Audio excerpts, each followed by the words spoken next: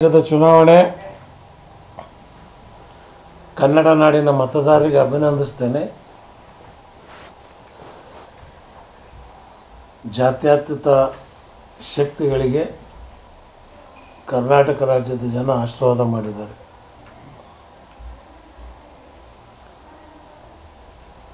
ಸನ್ಮಾನ್ಯ ಕುಮಾರಸ್ವಾಮಿ ಅವರು ನನ್ನ ಅಧ್ಯಕ್ಷಗಿರಿ ತೆಗೆದಾಗಲೇ ಹೇಳಿದ್ದೆ, ನನ್ನನ್ನು ಬಿಟ್ಟು ನೀವು ಚನ್ನಪಟ್ಟಣ ಚುನಾವಣೆ ಮಾಡಿ ಅಂತ. ನಾನಿದ್ದಾಗ ಈ ಕುಮಾರಸ್ವಾಮಿಗೆ 22,000ದಿಂದ ಗೆಲ್ಲಿಸಿದ್ದೆ. ಈಗ 25,000ದಿಂದ ಸೋತರು. ಪಾಪ ಅವರೇನು ಸ್ಟೇಟ್ಮೆಂಟ್ ಕೊಟ್ಟಿಲ್ಲ, ಮಗನ ಕೈಯೆಲ್ಲ ಕೊಡಿಸವ್ರೆ. ಒಂದು ಸಮುದಾಯದವ್ರು ಕೊಟ್ಟಿಲ್ಲ. ಅಪ್ಪ ನಿಖಿಲ, ಎಷ್ಟಿದಾರಪ್ಪ ಅಲ್ಲಿ ಅಲ್ಪಸಂಖ್ಯಾತರು? 25,000 ಓಟ್ ಆಗ್ಯಾವೆ. ಯೋಗೀಶಿಗೆ ಬಂದಿದ್ದು 1,05,000. ಇನ್ನು 80,000 ಮತ ಯಾರ್ದಲಪ್ಪ? ಅದರಲ್ಲಿ ಒಕ್ಕಲಿಗರ ಮತ ಇಲ್ವಾ? ದಲಿತರದ್ದು ಅಹಿಂದದ ಮತ ಇಲ್ಲ. ಇನ್ನು ಯಾಕೆ ನೀವು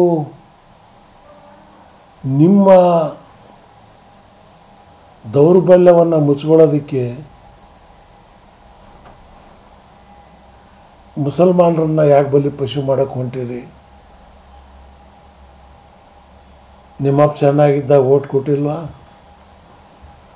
ಮಗ ನಿಖಿಲ, ನಿಮ್ಮ ಅಜ್ಜನಿಗೆ ರಾಮನಗರದಲ್ಲಿ 32,000 ಜನ ಸಾಬ್ರು 95ರಲ್ಲಿ ಓಟ್ ಕೊಟ್ಟಾಗ ನಿಮ್ಮ ಅಜ್ಜ ಚೀಫ್ ಮಿನಿಸ್ಟರ್ ಆದ. 18 ಸೀಟು ಪಾರ್ಲಿಮೆಂಟಿಗೆ ಗೆಲ್ಲಿಸಿದ್ರು. ನಿಮ್ಮ ಅಜ್ಜ ಪ್ರೈಮ್ ಮಿನಿಸ್ಟರ್ ಆದರು. ಮರೆತುಬಿಟ್ಟೇನಪ್ಪ? ನೀನಿನ್ನೂ ಹುಟ್ಟಿಲ್ಲ ಅಂದಂಗೆ ಕಾಣುತ್ತೆ. ಆವಾಗ ಬೆಳೆಯೋ ಹುಡುಗ ನೀನು.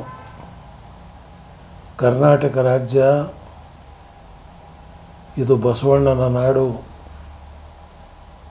ಕೆಂಪೇಗೌಡರು, ಬಾಬಾ ಸಾಹೇಬ್ ಅಂಬೇಡ್ಕರ್, ಕನಕದಾಸರು ಪರಿವರ್ತನಾಕಾರ ನಾಡಿದು. ಈ ನಾಡಿನಲ್ಲಿ ಸರ್ವರಿಗೂ ಸಮಪಾಲು, ಸರ್ವರಿಗೆ ಸಮಬಾಳು.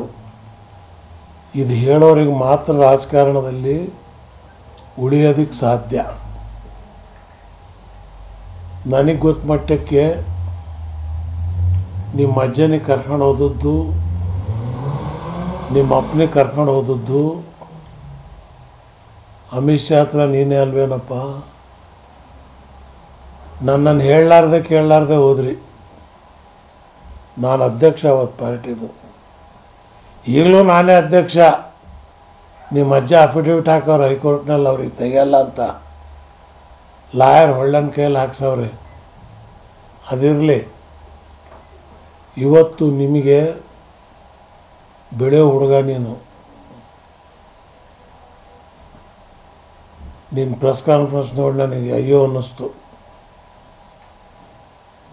ಈ ಚಿಕ್ಕ ವಯಸ್ಸಿನಲ್ಲಿ ಆಗಬಾರ್ದಾಗಿತ್ತು.